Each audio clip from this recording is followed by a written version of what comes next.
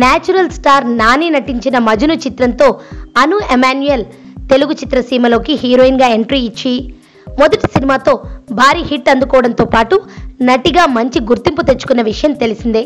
అయితే ప్రస్తుతం ఈ మల్లు భామ తెలుగులో యంగ్ హీరో రాజ్ తరుణ్ సరసన హీరోయిన్గా కిట్టుగాడు ఉన్నాడు జాగ్రత్త అనే సినిమా చేస్తోంది. ఇప్పటికే ఈ చిత్రం షూటింగ్ దాదాపు పూర్తి చేసుకుంది.